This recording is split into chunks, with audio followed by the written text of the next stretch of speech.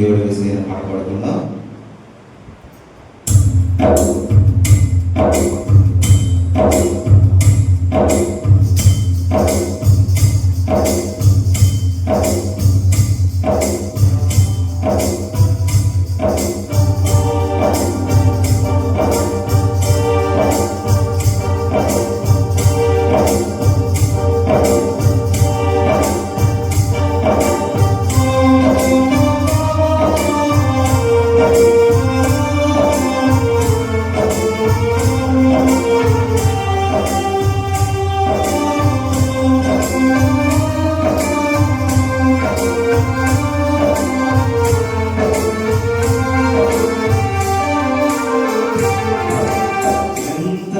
దేవుడవేసయ్యా, నీవు ఎంత మంచి దేవుడవేసయ్యా, నా చింతలన్నీ తీరేనయ్యా నిన్ను చేరగా. ఎంత మంచి దేవుడవేసయ్యా, నా చింతలన్నీ తీరేనయ్యా నిన్ను చేరగా. ఎంత మంచి దేవుడవేసయ్యా, ఎంత మంచి దేవుడవేసయ్యా, నీవు ఎంత మంచి దేవుడవేసయ్యా, చింతలన్నీ తీరేనయ్యా నిన్ను చేరగా. ఎంత మంచి దేవుడవేసయ్యా, నా చింతలన్నీ తీరేనయ్యా నిన్ను చేరగా. ఎంత మంచి దేవుడవేసయ్యా,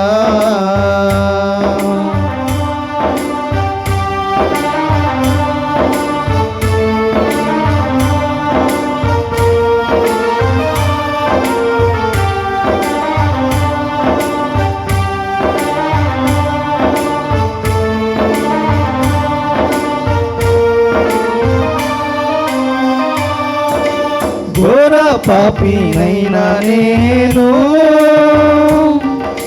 దూరంగా పారిపోగా. ఘోర పాపినైనా నేను దూరంగా పారిపోగా. నీ ప్రేమతో నన్ను క్షమించి నన్ను హత్తుకున్నావయ్యా. నీ ప్రేమతో నన్ను క్షమించి నన్ను హత్తుకున్నావయ్యా. ఎంత మంచి దేవుడవేసయ్యా, నీవు ఎంత మంచి దేవుడవేసయ్యా, చింతలన్నీ తీరేనయ్యా నిన్ను చేరగా. ఎంత మంచి దేవుడవేసయ్యా, నా చింతలన్నీ తీరేనయ్యా నిన్ను చేరగా. ఎంత మంచి దేవుడవేసయ్యా,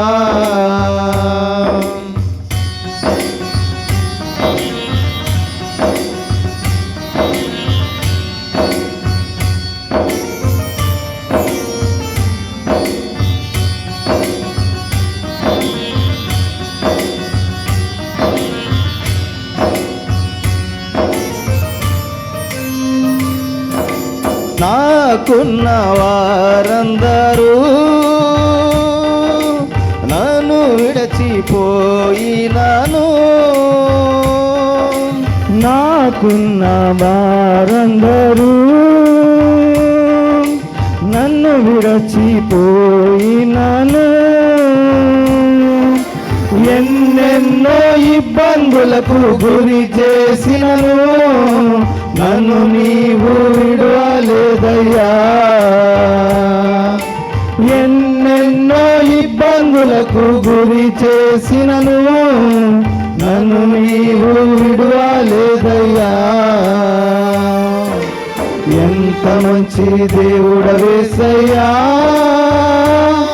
నీవు ఎంత మంచి దేవుడవేసయ్యా, నా చింతలన్నీ తీరేనయ్యా నిన్ను చేరగా. ఎంత మంచి దేవుడవేసయ్యా. నా చింతలన్నీ తీరేనయ్యా నిన్ను చేరగా, ఎంత మంచి దేవుడవేసయ్యా.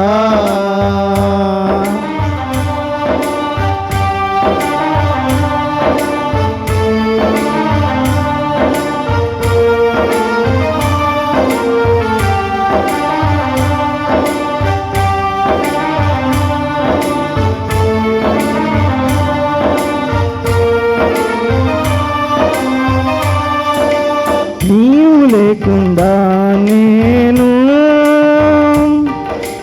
లోకంలో బ్రతకలేనయ్యా. నీవు లేకుండా నేను ఈ లోకంలో బ్రతకలేనయ్యా. నీతో కూడా నేను లోకం నుండి పరలోకం చేరదనేసయ్యా. నీతో కూడా ఈ లోకం నుండి పరలోకం చేరదనేసయ్యా. ఎంత మంచి దేవుడవేసయ్యా. నీవు ఎంత మంచి దేవుడవేసయ్యా.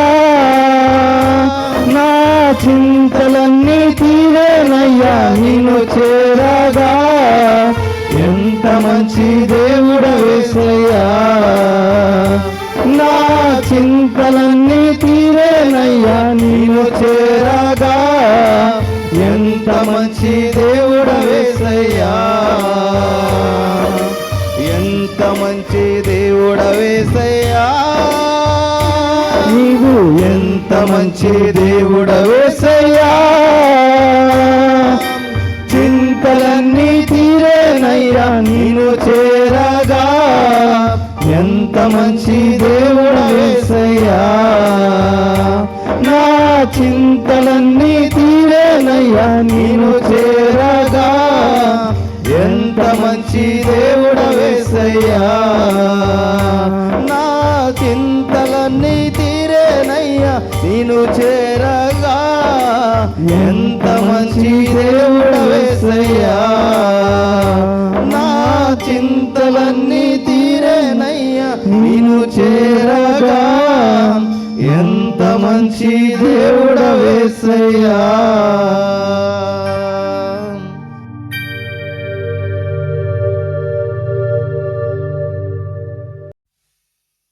నామములో అందరికీ వందనాలు పిల్లరా.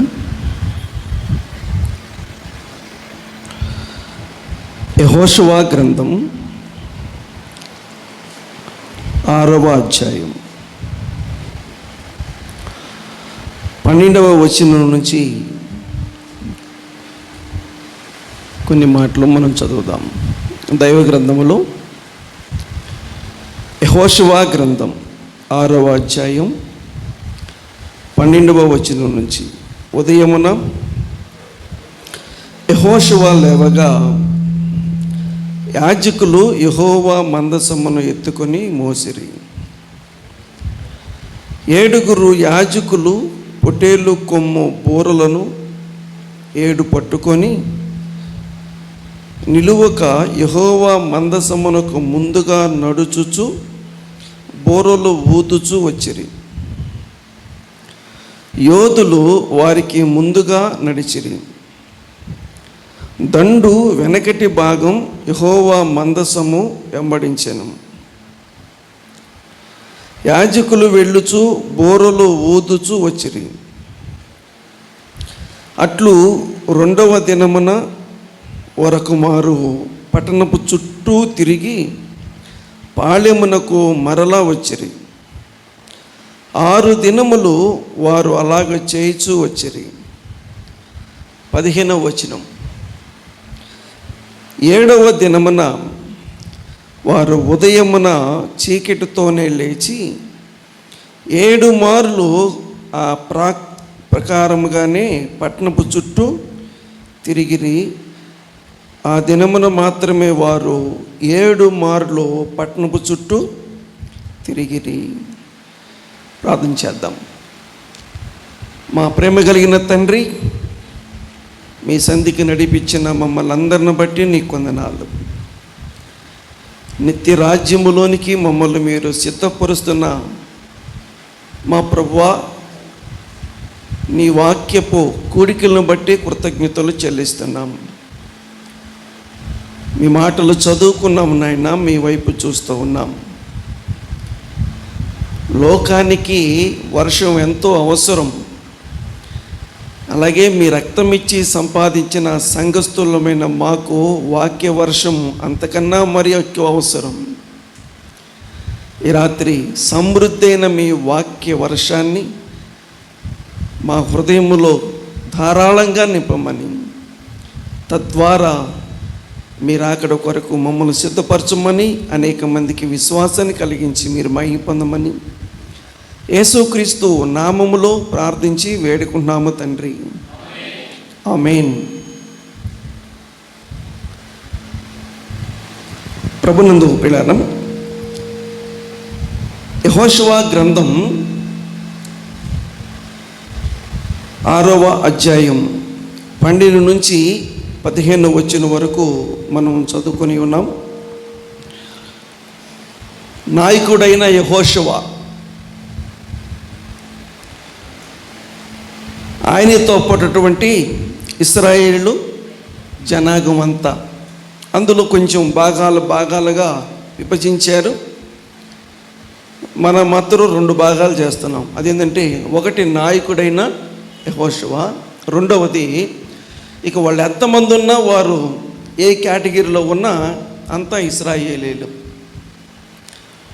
ప్రస్తుతం వారు ఐగుప్తు నుంచి బయటకు వచ్చారు. వారి గమ్యస్థానం కానాను దేశం. ప్రస్తుతం వారు ప్రయాణములో ఉన్నారు. కానాను దేశంలోనికి ప్రవేశించడానికి ఇంకా టైం పట్టింది పిల్లల. దేవుని పరిశుద్ధమైన బైబిల్ గ్రంథములో మనం చూస్తూ ఉన్నాం. దాదాపుగా వారు చాలా సమీపానిగానే వచ్చేసారు. ఇంకొంచెం చిన్న చిన్న విషయాలు మనం చూస్తున్నాం. ఉన్న వాటిలో మనం చదువుకున్న భాగంలో కొంచెం ఒక పెద్ద విషయం ఇక్కడ కనబడుతూ ఉంది. అదేంటంటే, యెరికో పట్టణం. వాళ్ళు కానాను దేశంలోకి వెళ్ళటానికి ఇంకొకటి ఏముంది ఆటంకం? యెరికో పట్టణం ఒకటి ఉంది పిల్లారా. కాబట్టి చాలా ప్రాంతాలను వాళ్ళు జయించుకుంటూ వచ్చారు. చాలామంది రాజులను కూడా ఓడించుకుంటూ వారు వచ్చారు. ఇప్పుడు యెరికోను కూడా వాళ్ళు జయించాల్సిన పరిస్థితి ఉంది. ఇప్పటిదాకా జరిగినటువంటి యుద్ధాలు కానీ, లేకపోతే మార్గ మధ్యంలో వాళ్ళకి ఎదురైన ఇబ్బందులను కానీ పోల్చుకుంటే ఇది ఒక ప్రత్యేకమైనదిగా మనం చూస్తున్నాం. ఇందులో ఒక ప్రత్యేకత ఉంది పిల్లారా. ఆ ప్రత్యేకత ఏంటంటే, బైబిల్ గ్రంథములో 6వ అధ్యాయం 12వ వచనం. ఉదయమున యెహోషువ లేవగా, ఇక్కడ ఈ యెరికో కాడికి వచ్చేసేళ్ళకి సమయాన్ని ఏ టైంలో ప్రారంభిస్తున్నారు? ఉదయాన్నే ప్రారంభిస్తున్నారు పిల్లారు. ఉదయం ప్రారంభిస్తే కానీ ఈ పని సంపూర్ణము కాదు. అందుకని నాయకుడైన యెహోషువ ఉదయాన్నే లెగుస్తూ ఉన్నాడు. ఆయన లెగిచి ఇశ్రాయేలు ప్రజలను లేపుతూ ఉన్నాడు. ఇంతకీ వీళ్ళందరూ లెగిసి ఏం చేస్తున్నారంటే, దేవుని మందసాన్ని యాజకులు భుజముల పైన పెట్టుకున్నప్పుడు ఈ దేవుని మందసాన్ని మోసుకుంటూ యెరికో, ముఖ్యమైనదేంటి? యెరికో. ఈ యెరికో చుట్టూ ఇళ్ళు తిరగాలి. అలాగా రోజుకు ఒక్కసారి తిరగాలి. దేని చుట్టూ? యెరికో చుట్టూ రోజుకి ఒక్కసారి తిరగాలి పిల్లరా. అందరూ తిరగాలి. మేము ముసలోళ్ళం కదా, మేము రాలేములే, మేము పిల్లలం కదా, మేము రాలేములే అంటానికి వీలు లేదు. కానాను దేశంలో ప్రవేశించాలంటే ముసలోళ్ళు ఉదయాన్నే లెగవాలి, పిల్లలు ఉదయాన్నే లెగవాలి, స్త్రీలు ఉదయాన్నే లెగవాలి. వారి గమ్యస్థానం చేరాలంటే అందరూ లెగవాల్సిందే. కాబట్టి అందరూ లెగిసి ఎరికో చుట్టూ వాళ్ళు తిరుగుతూ ఉన్నారు. దేనికి ఎరికో చుట్టూ తిరుగుతున్నారంటే పిల్లరా, దేవుడు ముందుగానే చెప్తూ ఉన్నాడు. ఎరుకోని దాన్ని 6వ అధ్యాయం 5వ వచనంలో చూస్తాం. మానక ఆ కొమ్ములతో వారు ధ్వని చేయుచుండగా మీరు బూరల ధ్వని వినునప్పుడు జనులందరూ ఆర్భాటముగా కేకలు వేయవలెను. అప్పుడు ఆ పట్టణ ప్రాకారము కూలును. అది అంశం పిల్లరా. వీళ్ళు చేయాల్సిన పని ఏంటి? పట్టణపు ప్రాకారాన్ని కూల్చాలి. పట్టణం ప్రాకారాన్ని కూల్చాలి అంటే రోజుకొకసారి ఆ ప్రాకారం చుట్టూ మందసాన్ని ఎత్తుకొని చేయాలి, వారి నడవాలి. మనం చదువుకున్న 15వ వచనంలో రాయబడిన మాట ఏంటి? 7వ దినమున వారు ఉదయమున చీకటితోనే లేచి, అంటే ఇప్పుడు దాకా ఉదయం లేచారు, మళ్ళీ ఇప్పుడు చీకటితోనే. ఉదయంలోనే కానీ ఇంకొక టైప్ ఉంది. ఏంటది? చీకటితో. ఉదయాన్నే లెగిశారు, అలాగే చీకటితో లెగిశారు పిల్లలు. ప్రకటనలు చెప్పేదాకా ఈ సారాంశం దాదాపుగా కొంచెం అర్థం చేసుకోవాలి. ప్రకటనలోకి వెళ్తే కానీ మనకు విషయం అర్థం కాదు.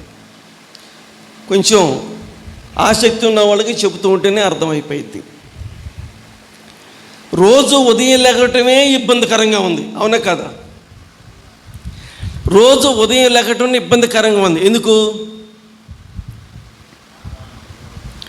ఎందుకంటే ప్రాకారం చుట్టూ, ఎరుకో ప్రాకారం చుట్టూ మందసాన్ని ఎత్తుకొని ఏం చేయాలి? వాళ్ళు నడవాలి. ఇంతకీ ఎరుకో ప్రాకారం మొత్తం కలుపుకుంటే చుట్టూ కొలత లెక్కల ప్రకారం ఎన్ని కిలోమీటర్లు? ఎన్ని కిలోమీటర్లు వీళ్ళు ఎరుకో పట్టణం చుట్టూ ఒక రోజులో తిరిగి రావాలి వాళ్ళు. అది ఎన్ని కిలోమీటర్లు? దాని పొడుగు, దాని ఎత్తు, లేకపోతే దాని యొక్క వెడల్పు ఎంత? కొన్ని గ్రామాలకి, కొన్ని జిల్లాలకి, కొన్ని రాష్ట్రాలకి ఏముంటాయి? హద్దులు ఉంటాయి పిల్లరా. కాబట్టి ఇంతటితో సర్వీస్ రోడ్ ఏమైంది? బాగా చెప్పారు, ముగించబడింది. మళ్ళీ అంటారు ఇక్కడి నుంచి సర్వీస్ రోడ్ ఏమైంది? ప్రారంభించబడింది. మరి ఎరుకో అనేది దాని యొక్క చుట్టూ తిరిగి రావాలంటే ఎంత టైం పట్టింది? దాని లెక్కలు మనం ఎలా చేయగలుగుతాం? యేసుక్రీస్తు ప్రభుని నమ్ముకోకున్నటువంటి చిన్నతనాల్లో, మరలా అదే చెప్తున్నా నేను, కోత మిషన్లో పనిచేసే టైంలో పిల్లరా, మనోళ్ళందరూ, మన సహోదరులు, ఇందులో కూడా కొంతమంది ఉన్నారు, యేసు ప్రభుని నమ్మకోక ముందు భవానీ మాల అని వేసేటువంటి వాళ్ళు ఉన్నారు. పిల్లలు గమనించండి, ఆ ఇరుముడులు అన్నప్పుడు ఆ మాల తీసేటప్పుడు ఏం చేస్తానంటే ఆ కొండ చుట్టూ ఏం చేయాలి? దాని చుట్టూ తిరగాలి. ఎన్నిసార్లు? దాదాపుగా 3 సార్లు తిరగాలి పిల్లరా. నేను అక్కడ పనిచేసేటప్పుడు చూసే ఉన్నాను అన్నమాట. వాళ్ళు దాని చుట్టూ తిరుగుతుంటారు. ఆ రోజుతో ఆ కార్యక్రమం ఏం చేస్తున్నారు? ముగిస్తున్నారు. ఇంతకీ ఆ కొండ చుట్టూ తిరగటం అంటే ఎన్ని కిలోమీటర్లు ఆ కొండ చుట్టూ? ఇది చెప్పండి. రథం సెంటర్ నుంచి పాల ఫ్యాక్టరీ సెంటర్ వరకు ఒక కొలత వేయండి, ఒక లెక్క వేయండి. ఒక 6 కిలోమీటర్లు ఉంటుంది. దాన్ని అటుపక్క వేయండి, మరలా 12 కిలోమీటర్లు ఉంటుంది. అంటే చుట్టూ వచ్చేసేళ్ళకే 12-13 కిలోమీటర్లు ఉంటుంది. ఈ 12-13 కిలోమీటర్లని వీళ్ళు 3 సార్లు తిరగాలి పిల్లరా. అలాగే సింపుల్గా చెప్తున్నాను, ఎరుకో పట్టణాన్ని మనం ఎలా కొలతలేయగలుగుతాము అంటే అది మనం అంచనా వేయలేనటువంటి విషయం. కాబట్టి దాని చుట్టూ వీళ్ళందరూ నడవాలి. ఇప్పుడు నడిచి సాయంకాలానికి అలిసి, సాయంకాలానికి అలిసి, ఇప్పుడు పొద్దున్నే వాసి, ఏంటిది? అది బాగా చెప్పారు. అంటే నడిచి అలసి వాసిపోతాయి కాళ్ళు. ఇప్పుడు పొద్దున్నే లెగవాలంటే కొంచెం కష్టమే. పిల్లల పొద్దున్న లెగవాలంటే కష్టమే. కష్టం అంటే కుదరదు, లెగవలసిందే. కష్టం అంటే కుదరదు, లెగవాల్సిందే. లెగుస్తున్నారో లెగట్లేదంటే లెగిశారు. 6 రోజులు ఏం చేశారు? లెగిశారు, నడిచారు, అలసిపోయారు. వాసిపోతున్నప్పటికీ కూడా అదేంటి కాళ్ళు వాపు రాలేదన్నారుగా. ఎక్కడ? 40 సంవత్సరాలు అక్కడ అక్కడ అరణ్యములో. అక్కడెందుకు కాళ్ళు వాపు రాలేదు? ఇక్కడెందుకు వచ్చింది కాళ్ళు వాపు? వాపు వచ్చింది ఏమైనా ఆధారం ఉందంటే ఆధారం అయితే ఏమి లేదులే. కానీ అరణ్యంలో 40 సంవత్సరాలు వాళ్ళు నడిచారు కానీ వాపు రాలా. మరి ఎరికో చుట్టూ తిరిగినప్పుడు వాపు వచ్చిందా లేదంటే నేను అనుకుంటున్నా వచ్చే ఉంటుంది అనుకుంటున్నా. ఎందుకో రైట్, వందనాలు, బాగా చెప్పారు. 5వ అధ్యాయం పక్కనే ఉంది చూడండి. పరిశుద్ధమైన బైబిల్ గ్రంథములో 12వ వచనం చదువుతున్నారు. మరునాడు వారు 5:12 మరునాడు వారు ఈ దేశపు పంటను తినుచుండగా మన్నా మానిపోయాను. అటు తర్వాత ఇశ్రాయేలీయులకు మన్నా దొరకకపోయాను. ఆ సంవత్సరమున వారు కనాను దేశపు పంటను తినిరి. ఇప్పుడు దాకా 40 సంవత్సరాలు ఏం తిన్నారు? మన్నా తిన్నారు. అందుకని కాళ్ళకి ఎవరు రాలేదు, వాపు రాలా. ఇప్పుడు ఏం తింటున్నారు? ఈ లోకపు పంట తింటూ ఉన్నారు. కాబట్టి ఈ లోకపు పంట మనం ఎంత జాగ్రత్తగా తిన్నా ఏమవుతాయి? ఏదో ఒకటి వచ్చింది. బాగా చెప్పావు. అంటే ఏదో ఒకటి వచ్చింది పిల్లల. మనం ఎంత జాగ్రత్తగా ప్లాన్ చేసుకున్నా కూడా ఏదో ఒకటి వచ్చే మాట వాస్తవం. కాబట్టి వాపులు వచ్చే ఉంటాయి అనుకుంటున్నా. వాపులు వచ్చినా తప్పదు, పొద్దున్నే లెగవాలి, ఎరికో చుట్టూ తిరగాలి. ఇదే పెద్ద కష్టం అనుకుంటే దానికి మించిన కష్టం ఏంటి? 7వ రోజున వినాలి. 7వ రోజున ఒకేసారి 7 సార్లు తిరగాలి పిల్లారా. అంటే ఈ 6 రోజులు చేసిన దానికంటే ఎంత ఎక్కువ చూడండి. 7వ రోజున ఒకేసారి 7 సార్లు తిరగాలంట పిల్లారా. 6 సార్లు ఎందుకు తిరగాలి, 7 సార్లు ఎందుకు తిరగాలి అని అంటే ఆ ప్రాకారాన్ని ఏం చేయాలి? పడగొట్టాలి. అంటే ఇంత భారంగా వీళ్ళు దాని చుట్టూ తిరగకపోతే, అరవకపోతే, కేకలేకపోతే, బూరలు ఊదకపోతే ఆ ప్రాకారం పడదా ఏంటి? ఆ ప్రాకారంలో ప్రత్యేకత ఆ లెక్కకొస్తే చాలా ప్రాంతాల్లో, చాలా ప్రదేశాల్లో నేటికి కూడా కొన్ని ప్రాకారం అంటే ప్రహరీ గోడ, ప్రాకారం పిల్లరా. ప్రతి ఇంటికి ఉంటుంది. ఏంటది? ప్రాకారం ఉంటుంది. ప్రతి ఇంటికి ప్రారీ గోడ ఉంటుంది పిల్లారా. కాకపోతే ఏ ఇంటికి ఉన్నా, ఏ ప్రాంతానికి ఉన్నా, ఏ దేశానికి ఉన్నా ఎరుకో పట్టణానికి ఉన్నటువంటి ప్రాకారం యొక్క ప్రత్యేకత బైబిల్ గ్రంథంలో రాయబడి ఉంది. ఏమిటి దాని ప్రత్యేకత? బైబిల్ గ్రంథంలో 2వ అధ్యాయం 15వ వచనం. యెహోషువ గ్రంథం 2వ అధ్యాయం 15వ వచనం. ఆమె ఇల్లు పట్టణపు ప్రాకారం మీద నుండెను. పట్టణపు ప్రాకారం మీద ఉంది. ఎవరిల్లు? రాహాబు. ఎవరిల్లైతే మనకెందుకు లేని ఒక ఇల్లు పట్టణపు ప్రాకారం మీద ఉంది పిల్లారా. ఏది? ప్రాకారం పైన ఏముంది? ఇల్లు ఉంది. చాలా ఆశ్చర్యం.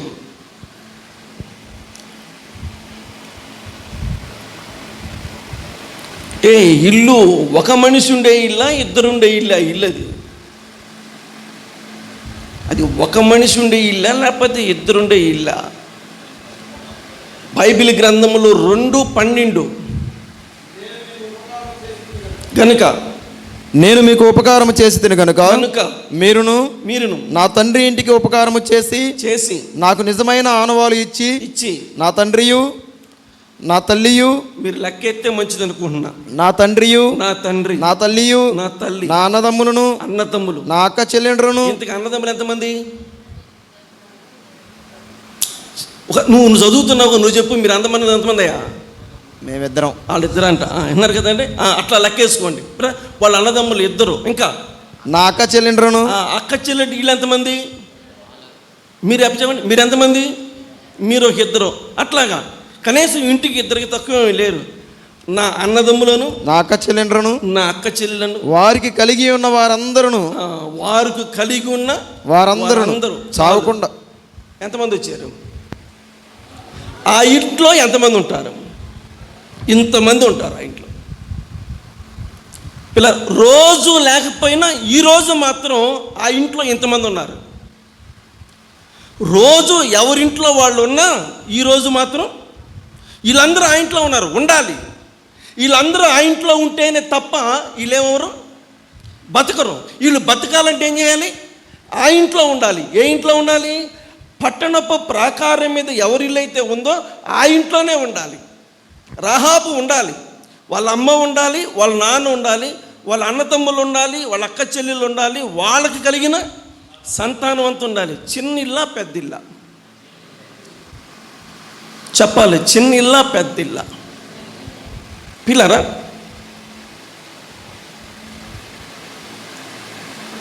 మొన్న ఈ మధ్య కారు రిపేర్ అయితే చేపిద్దాం అటు పోతే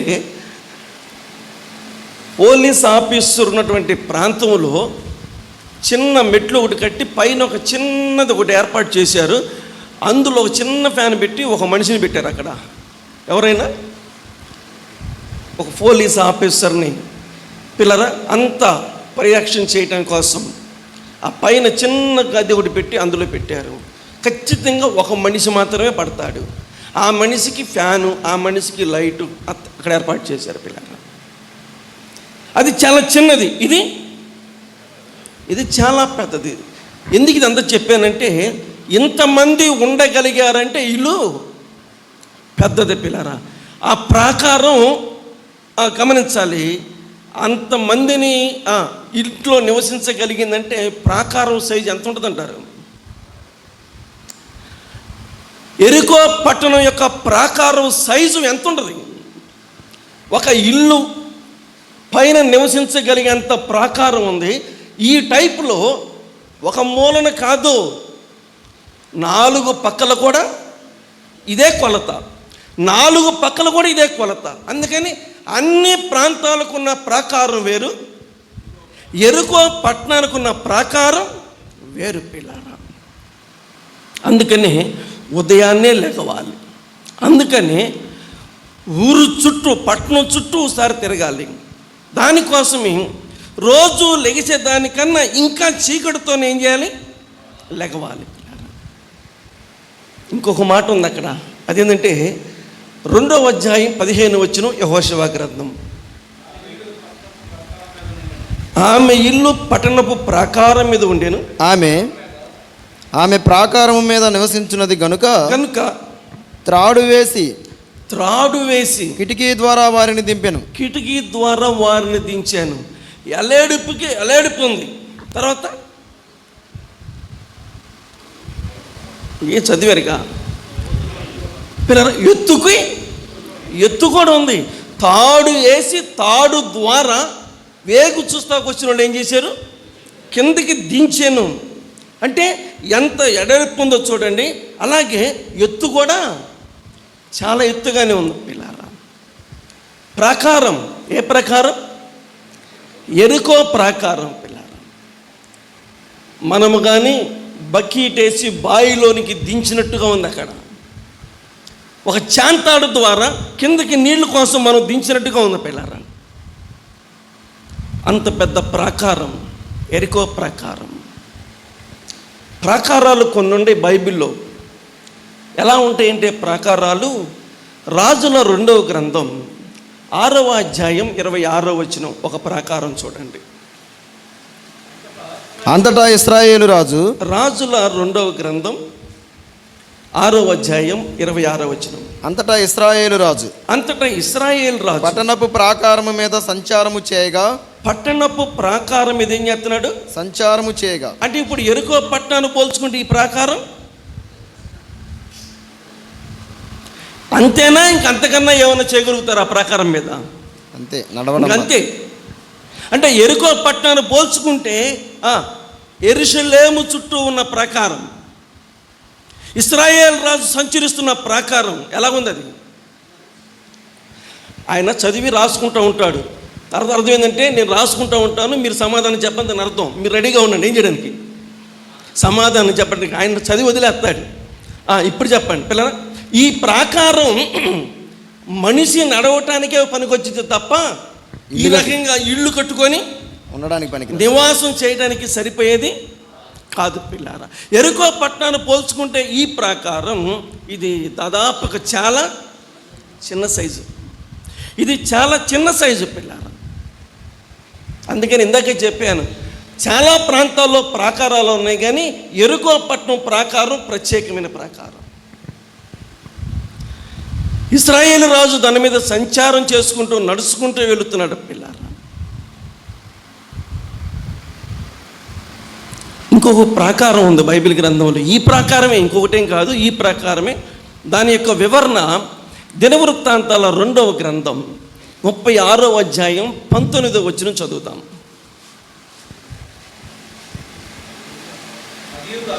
దినవృత్తాంతాల 2వ గ్రంథం 36వ అధ్యాయం 19వ వచనం. అదియుగాక కల్దీయులు దేవుని మందిరమును తగలబెట్టి యెరూషలేము ప్రాకారమును పడగొట్టి. అంటే యెరూషలేము ప్రాకారం ఏమైంది? పడిపోయింది పిల్లరా. ఏది? యెరూషలేము ప్రాకారం ఏమైంది? పడిపోయింది. తలక పెగితే సమాధానం చెప్పండి. యెరూషలేము ప్రాకారం బాగా బలంగా ఉండాలా, ఎరుకో ప్రాకారం బాగా బలంగా ఉండాలా? చరిత్ర దేనికి ఉంది? యెరూషలేముకి చరిత్ర ఉంది పిల్లరా, ఎరుకోకి ఏం లేదు. అలాంటి దానికేమో ప్రాకారం బలంగా ఉంది, చరిత్ర కలిగినటువంటి యెరూషలేముకి ఏమి లేదు. ఆ ప్రాకారం చూడండి ఎలా ఉంది. యెరూషలేము ప్రాకారం చెప్పాలి, చెప్పేగా ఆయన చదవడుతాడు అంతే, చెప్పడని. యెరూషలేము ప్రాకారం పడగొట్టబడి ఉంది. పడగొట్టబడి ఉందా, పడద్రోయబడి ఉందా? పడగొట్టబడి ఉందా, బైబిల్ చూసి చెప్పండి. పడగొట్టి యెరూషలేము ప్రాకారం పడగొట్టి. నెహెమ్యా గ్రంథం 1వ అధ్యాయం 3వ వచనం. నెహెమ్యా గ్రంథం 1వ అధ్యాయం 3వ వచనం. వారు చెరపట్టబడిన వారిలో శేషించిన వారు ఆ దేశంలో బహుగా శ్రమను నిందను పొందుచున్నారు. మరియు యెరూషలేము యొక్క ప్రాకారము పడద్రోయబడినది. చూడండి, యెరూషలేము యొక్క ప్రాకారం ఏమైంది? పడద్రోయబడింది. కానీ అక్కడే ఉంది పడగొట్టబడింది. పడగొట్టబడిన దానికి పడద్రోయబడిన దానికి రెండు ఒకటేనా? ఏమన్నా మార్పు ఉందా? ఏముంటుంది సుమారుగా? నెట్టారు. పడగొట్టాలంటే ఏం చేయాలి? కష్టపడాలి. దానికి ఏదైనా ఆయుధాలని ఉపయోగించాలి. పడద్రోసేదానికి ఆయుధాలు ఏమీ అవసరం లేదన్నమాట. అంటే ఇప్పుడు అది ఏ పొజిషన్లో ఉంది? అది ఏ పొజిషన్లో ఉంది అంటే 62వ కీర్తన మొదటి 2 వచనాలు, దైవ గ్రంథం 62వ కీర్తన 2వ వచనమా? ఎత్తైన నా కోట ఆయనే, చదవండి. నేను అంతగా కదిలింపబడను. చదువుమా. ఎన్నాళ్ళు మీరు ఆ మాట కావాలి. ఒకనిపై పడుదురు. ఎన్నాళ్ళు మీరు ఒకని పైన పడుదురు. ఒరుగుచున్న గోడను. అంటే యెరూషలేము గోడ ఎలా ఉంది? అందుకని వాళ్ళు ఏం చేశారు? పడగొట్టారా, పడదోశారా? ఏమంటే అది ఆల్రెడీ ఒరుగుతున్న గోడ. అది ఒరుగుతున్న గోడ. ఏది? యెరూషలేము ప్రాకారం. ఇశ్రాయేల్ రాజు నడిచారు చూసారా? ఆ ప్రాకారం ఎలాగంటే అది ఒరుగుతున్న గోడ, అది మనిషి నడిచేటువంటి గోడ. అది పడగొడితే పడిపోయిద్ది. ఇంకా చెప్పాలంటే పడగొట్టకపోయినా పడద్రోస్తే ఏమైంది? పడిపోయిద్ది. కారణం ఏంటంటే అది ఒరుగుతున్నటువంటి గోడ పిల్లారా. అది ఒరుగుతున్న గోడ. ఏమంటే అది ఎందుకు ఒరుగుతుంది గోడ అని అంటే నెహెమ్యా గ్రంథం 6వ అధ్యాయం 15వ వచనం, దైవ గ్రంథం నెహెమ్యా గ్రంథం 6:15. ఈ ప్రకారముగా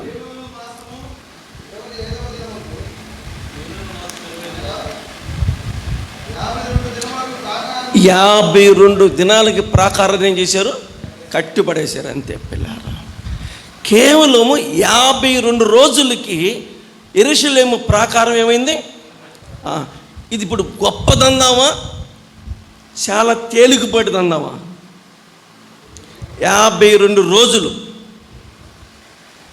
యెరూషలేము ప్రాకారం కట్టేసేసారు. 52 రోజులు కట్టేసేవాడిని గొప్పగా పొగుడుదామా పిల్లరా? ఇందులో అంత బలమైన క్వాలిటీ లేదని బాధపడదామా? 52 రోజులు కట్టేసామంటే తమ్ముడు యేసుబాబు, ఇంతకుముందు స్లాబ్ ఎత్తే ఎన్ని రోజుల దాకా దాని జోలు పోకుండా ఉండేవాళ్ళు? తమ్ముడు టాపీ మేస్త్రి యేసుబాబు,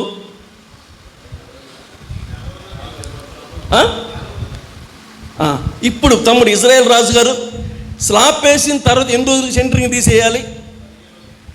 తమ్ముడు ఇజ్రాయేల్ రాజు గారు వాళ్ళే 4 రోజులు చెప్పింది వాళ్ళే, దాన్ని తెచ్చి ఎక్కడ పడేశారు? 15 రోజులు తెచ్చారంట. ఇంతకు ఇది ఉండాలా పడిపోవాలా నాయన? 4 రోజులు ఉంటే గట్టిగా ఉంటుంది, 15 రోజులకే తీసేశారంటే ఇప్పుడు దాని సంగతి ఏంటి? పాత రోజుల్లో కట్టిన కట్టడాలు ఇప్పుడు కూడా మీరు కట్టాయి, మీరంటే మీరు కాదులే, ప్రస్తుత కాలంలో కట్టాయి. ఈ 15 రోజులకి దిగజారిపోయి చూసేవా ఎట్లా ఉండి ఇవన్నీ కూడా? ఏమంటే 52 రోజులు కూడా కట్టేశారని అది గొప్పగా చెప్పుకుందామా, అందులో బలము లేదని చెప్పుకుందామంటే? అందుకని పిల్లరా, పడగొట్టేసేసాడు కల్దీయుల రాజు వచ్చేసి. ఒక పక్క పడగొట్టుకోకుండా ఏమైంది? రాజుగారు దీన్ని పడగొట్టాల్సిన పని లేదు చెప్పాలి. తంతేమైంది? పడిపోయింది, అంతే, తంతే పడిపోయిందని తన్నేశారు పిల్లరా, పడగొట్టి. అయితే ఎరికో ప్రాకారం వినాలి, ఎరికో ప్రాకారం అలా కలుపుకుందాం. వాస్తవంగా కాదులే కానీ అలా కొంచెం కలుపుకొని మన పాఠం నేర్చుకుందాం. రాజుల మొదటి గ్రంథం 19వ అధ్యాయం 11, 12 వచనాలు ఆగి చదవండి.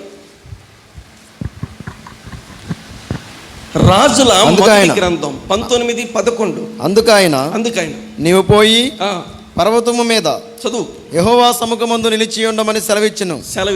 అంతటా యెహోవా చదువు ఆ వైపున సంచరింపగా బలమైన పెనుగాలి లేచెను. లేచి యెహోవా భయమునకు పర్వతములు బద్దలాయెను. శిలలు చిన్నాభిన్నములాయెను. కానీ అంతే, ఆగు. కానీ అంటే ఏంటి? ఎరుకో ప్రాకారం అంటే ఇది అక్కడ కలుపుకుందాం వనానికి పిల్లరా. గాలి ఏంటారు? గాలి పెనుగాలి, బలమైన గాలి. ఈ బలమైన గాలి ఈ ప్రాకారాన్ని ఏం చేయలేకపోయింది? ఏమీ చేయలేదు, పడగొట్టలేకపోయింది. శిలలు అక్కడక్కడ చిన్న చిన్న ఏదో రవ్వల్లాగా లేచినాయే తప్ప ప్రాకారం మాత్రం ఏం కాలేదు, చెక్కు చెదరలేదు. ప్రాకారం చెక్కు చెదరలా, గాలి బలమైన గాలి. కానీ ఈ బలమైన గాలి ప్రాకారాన్ని ఏమీ చేయలేకపోయింది. రెండోసారి కానీ గాలి పోయిన తర్వాత మళ్ళీ చూడండి, పోయిన తర్వాత భూకంపము కలిగిన. కానీ భూకంపం కలిగిన గాలి అంటే ఈ భూకంపం ప్రాకారాన్ని ఏం చేయలేదు, ఏం చేయలే. ఈ భూకంపం ఈ ఎరుకో ప్రాకారాన్ని ఏమీ చేయలే. అంత పరిస్థితి లేదు దేనికి? యెరూషలేము ప్రాకారానికి. కానీ ఎరుకో ప్రాకారానికి బలమైనవి. పిల్లలు గమనించండి, బలమైనవి. దాని చరిత్ర అలా మనం చెప్పుకుందాం పిల్లరా. మూడో మాట కూడా ఉంది. ఆ భూకంపమైన తర్వాత మెరుపు పుట్టిన కానీ చాలు. అంటే మెరుపు కూడా ఏం చేయలేకపోయింది, భూకంపం ఏం చేయలేకపోయింది, పెనుగాలు ఏం చేయలేకపోయింది. అప్పుడప్పుడు మన వాళ్ళు చెబుతుంటారు దీనికి చరిత్ర ఉందంట, ఒక చెట్టుకి. అంటే ఈ చెట్టుకు చరిత్ర ఉంది, ఆ గోడకి చరిత్ర ఉంది, పెద్ద పెద్ద తుఫాన్లు ఎదుర్కొన్నా ఇది ఇలాగే ఉందని కొంతమంది చెప్పుకుంటూ ఉంటారు పిల్లలు, కొంతమంది చెప్పుకుంటుంటారు. అంత బలమైన ఎరుకో ప్రాకారం నివాసం నిర్మించుకొని అందులో సంచరిస్తున్నారు పిల్లలు. ఈ ప్రాకారాన్ని పడగొట్టడానికి కోసం దేవాతి దేవుడు ఒక ప్రత్యేకమైనటువంటి ప్రణాళికని ఏర్పాటు చేసి దీన్ని ఎలా పడగొట్టాలంటే నాయకుడైనటువంటి యెహోషువ చెప్తున్నాడు, మీరు ఎప్పుడు లెగవాలి? మరలాడుతున్నా, మీరు ఎప్పుడు లెగవాలి? ఉదయాన్నే లెగవాలి. మీరు కానీ ఉదయాన్నే లెగటంలో బద్దకిచ్చారా, మీ జీవితంలో ఎప్పుడు ఎరుకొని ఏం చేయలేరు? పడగొట్టలేరు. ఎరుకొని పడగొట్టాలంటే ఖచ్చితంగా ఏం చేయాలి? ఉదయాన్నే లెగవాలి.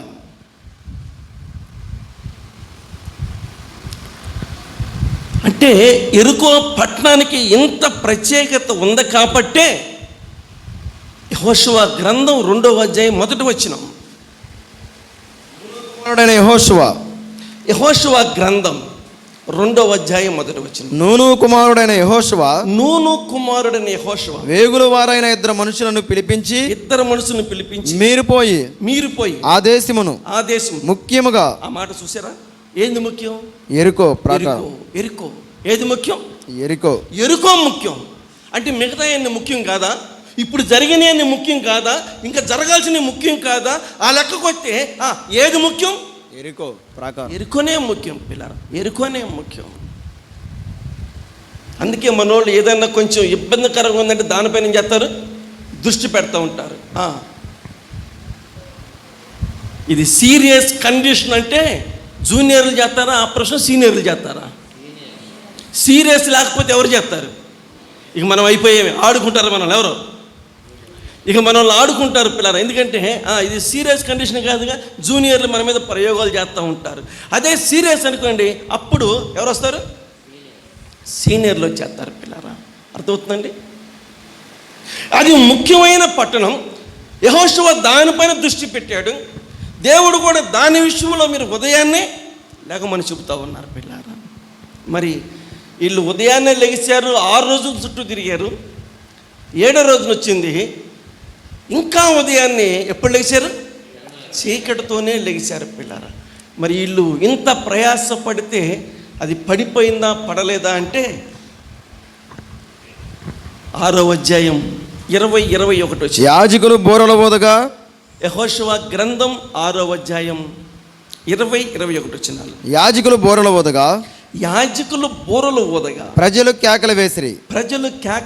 ఆ బూరల ధ్వని వినినప్పుడు ప్రజలు ఆర్భాటముగా కేకలు వేయగా ప్రాకారము కూలెను. అయిపోయింది, చాలు, వందనాలు. చరిత్ర కలిగిన ఎరుకో ప్రాకారం ఏమైంది? కూలిపోయింది. దీనికి సమాధానం చెబితే 2 వచనాలు చెప్పి ప్రార్థన చేస్తాను. ఏంటబ్బా అంత పెద్దలు అక్కడ పంపుతావా? ఖచ్చితంగా పంపుతా. ఈరోజు ఆపరం పిల్లరా, ఎరుకో ప్రాకారం పడిపోవటానికి కారణం చెప్పండి. మీరు చెప్పకపోతే మళ్ళీ ఇంక పావుగొండ పెంచుతా. మీకే ఛాన్స్. ఎరుకో ప్రాకారం పడిపోవటానికి కారణం చెప్పండి.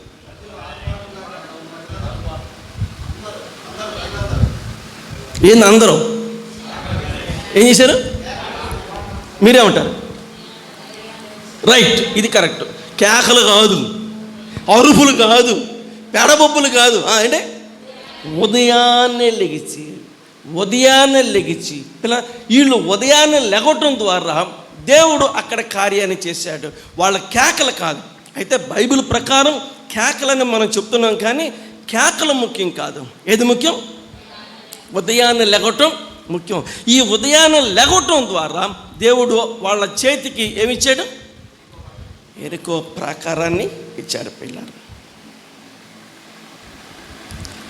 ఇంతటితో ఇశ్రాయేలీయులు ఇంకా ఉదయాన్నే లెగవచ్చా లెగవకూడదా? తర్వాత ఇంకెందుకు, ఇంకా అవసరంలా. వాళ్ళు ఇంక ఉదయం లెగవలసిన పని ఇంక లేనే లేదు.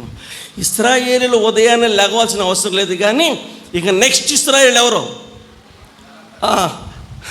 చెప్పాలి? నెక్స్ట్ ఇశ్రాయేలు ఎవరు? మరి వాళ్ళు డ్యూటీ దిగేసారు, ఇప్పుడు మనం డ్యూటీ ఎక్కాం. మనం ఏం చేయాలి? ఎంత తేలిక చెబుతున్నారు, మనం అంత కష్టంగా చెప్తున్నారు. ఇప్పుడు మనం ఏం చేయాలి? 119వ కీర్తన 147వ వచనమా?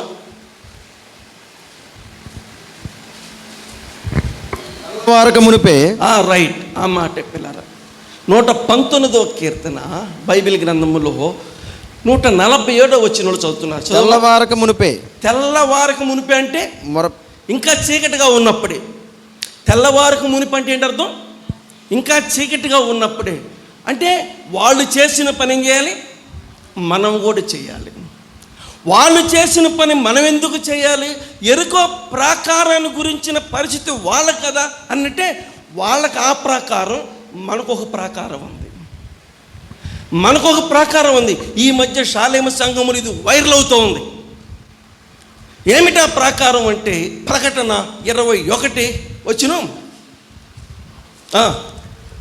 14-15 ఆ పట్టణపు ప్రాకారము 14 ఆ పట్టణపు ప్రాకారం 14 ప్రార్థన చేస్తున్నాను నేను. బైబిల్ గ్రంథం ప్రకటన గ్రంథం 21వ అధ్యాయం 14 వచ్చిన ఆ పట్టణపు ప్రాకారము 12 పునాదులు గలది. 12 పునాదులు గలది. ఆ పునాదుల పైన గొర్రె పిల్ల యొక్క 16 చదివేసి. ఆ పట్టణము చచ్చౌకమైనది. ఆ పట్టణము చచ్చౌకమైనది. దాని పొడుగు దాని వెడల్పుతో సమానము. అతడు ఆ కొలకర్రతో పట్టణమును కొలవగా, ఏది కొలిచాడు? పట్టణమును. ఆ పట్టణపు ప్రాకారాన్ని కొలవగా దాని కొలత 750 కోసులైనది. మరలా 750 కోసులైనది. చెప్పాలి, 750 కోసులైనది. దేని కొలత ఇది? పరలోకపు పట్టణపు యొక్క ప్రాకారం యొక్క కొలత ఎంత? 750 కోసులు ఎత్తుగలది ఆ పట్టణము. 750 కోసులు ఎత్తుగలది ఆ పట్టణము. ఎత్తును పొడవు వెడల్పును, ఎత్తును పొడవు వెడల్పును అంతా సమమే సువర్ణముతో, అంతా సమమే సువర్ణముతో. పరలోకమున చేరను రండి, పరమానందం పొందను రండి. పరలోకములో చేరను రండి, పరమానందం పొందను రండి. పరలోకములో పాపములేదుగా, పరలోకములో పాపములేదుగా. నిరంతరము పరమానందమే, నిరంతరము పరమానందమే. పరలోకమునా చేరను రండి, పరమానందం పొందను రండి. ఇంత మంచి పొడవైన ఎత్తైన సమానమైనటువంటి ప్రాకారం కలిగిన ఆ పరలోక పట్టణంలో ప్రవేశించాలంటే మనం ఎప్పుడు లేవాలి? ఈరోజు లేచారా? ఉదయాన్నే ఈరోజు తిన్నారా అంటే బాగుంటుంది కదా. నేనంటాను ఈరోజు తిన్నారా కాదు, ఈరోజు లెగిసారా. ఆ లెక్కకొస్తే ప్రతిరోజు లెగుస్తున్నారా? ఆ లెక్కకొస్తే వాళ్ళు 6 రోజులే లెగవాలి, 7వ రోజు లెగవాలి. కానీ మనము చెప్పాలి, మనం జీవితకాలం అంతా లెగవాలి. మనం జీవితకాలం అంతా లెగవాలి. దేనికి లెగవాలంటే వాళ్ళు లెగిసింది పడగొట్టడానికి, మనం లెగిసేది అది ఎప్పటికీ పడదాం. అలాంటి శ్రేష్టమైన పరలోకపు ప్రాకారము లోపలికి మనం ఏం చేయాలి? ప్రవేశించాలి. మనం ఆ పరలోకంలో ప్రవేశించాలంటే మనందరం తప్పనిసరిగా ఉదయాన్నే చీకటిగా ఉండగానే ఏం చేయాలి? లెగవాలి, లెగిసి తీరాలి. పిల్లలు అలా లెగవలేకపోతే వెళ్ళలేమా అంటే మనం లెగవలేకపోతే వెళ్ళలేము. మనం లెగవలేకపోతే వెళ్ళలేం పిల్లరా. మనం వెళ్ళాలి అంటే లెగవాల్సిందే. దయచేసి అర్థం చేసుకోండి. అంటే ఉదయాన్నే లెగిచి ఈ పాపపు లోకములో మలినం అంటుకోకుండా పరిశుద్ధత కలిగి జీవించాలి అంటే నా మట్టుకు నేను, నీ మట్టుకు నువ్వు, ఎవరి మట్టుకు వాళ్ళు వేకువజాము లేచి ఏం చేయాలి? అయ్యా, నీ పరలోక రాజ్యములో ఆ శ్రేష్టమైన ఎత్తు పొడవు కలిగిన ప్రాకారం కలిగిన పట్టణంలో ప్రవేశించటానికి ఈ పాపపు లోకములో నేనెక్కడ పడకోకుండా, నేనెక్కడ జారిపోకోకుండా, నాకు ఎక్కడ మలినం అంటుకోకుండా, క్రీస్తు పిల్లారు నీ ఇష్టం. ఇక్కడ ఎవరు బలంతం చేయట్లా. నువ్వు లేకపోకుండా ఉన్నావు అనుకో, నీకు అవకాశం లేదు. నీకు అది కావాలంటే లెగు, నీకు అది అవసరం అనుకో, నీ ఇష్టం 9కో 10కైనా లెగవచ్చు, ఇబ్బంది ఏమీ లేదు. నీ ఇష్టం ఎప్పుడు దాకా నీకు పనుకో, నీ జోలు ఎవరు రారు. ఎవరంటే మీ అమ్మ మీ నాన్న కాదు, దేవుడు రాడు. దేవుడు రాడు పిల్లారా. నువ్వు నిజంగా పరలోకానికి వెళ్ళాలంటే అందరూ నిద్రపోతాను, నువ్వేం చేయాలి? పరలోకానికి వెళ్ళేవాళ్ళు ఖచ్చితంగా లెగవాలి. బైబిల్ గ్రంథములో మార్కు సువార్త 1:35 ఏం చెప్తుందో చూడండి. మార్కు సువార్త 1:35. ఆయన పెందలకడనే లేచి, ఇంకను చాలా చీకటి ఉండగానే బయలుదేరి. ఆయనకేం అవసరం? ఇశ్రాయేలీయులకు వాళ్ళకి అవసరం, విశ్వాసులైన మనకు అవసరం. కానీ ఆయనకేం అవసరం? ఎప్పుడు లెగిసాడు? ఆయన పెందలకడనే లెగిసాడు. ఇంకను చాలా ఏముంది? చీకటి ఉంది, చాలా చీకటి ఉంది పిల్లరా. ఆయన లెగిసి మనల్ని ఏం చేయమన్నాడు? పాత నిబంధన గ్రంథంలో యెహోషువ లేచి వాళ్ళు లేపుతున్నాడు. మన ప్రభువైన యేసుక్రీస్తు వారు లెగిసి మనల్ని ఏమన్నాడు? లెగమ్మంటాడు పిల్లరా. దుప్పటి తన్ని పట్టి, మంచానికి తన్ని పట్టి.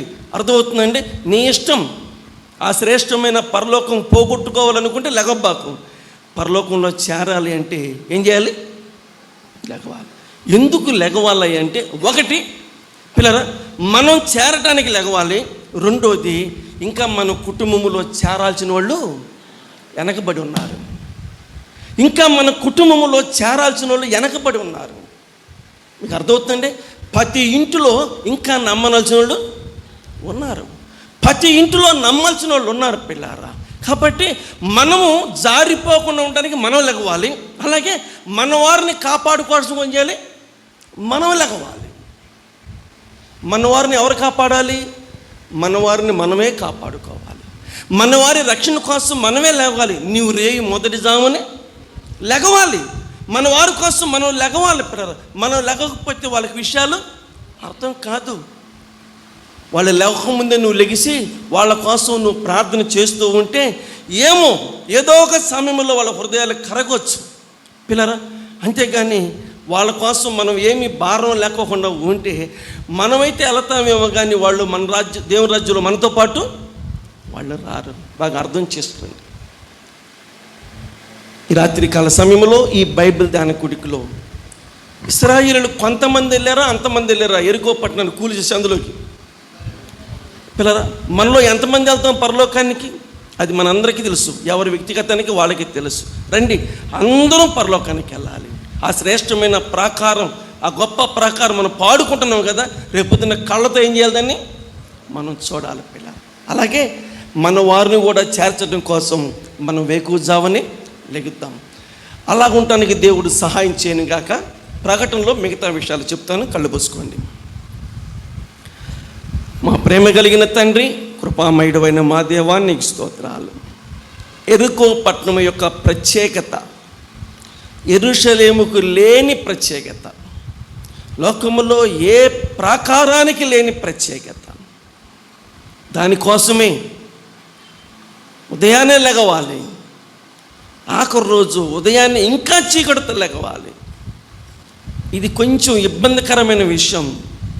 వారి కేకలకి వాళ్ళ బొర ధ్వనికి కాదు, కానీ మీ ఆజ్ఞ మేరకు వాళ్ళు ఉదయాన్నే లెగిచారు, చీకటితోనే లెగిచారు.